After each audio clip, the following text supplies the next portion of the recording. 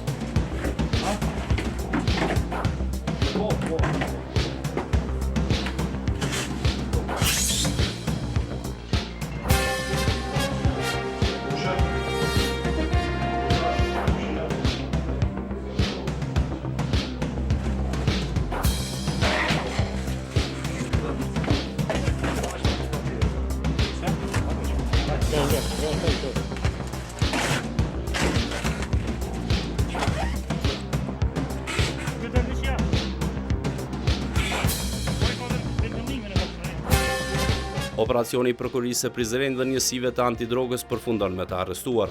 Ata dërgohen në paraburgim ndërsa procedurat e tyre do vazhdojnë për të zbardhur të gjitha rrethanat.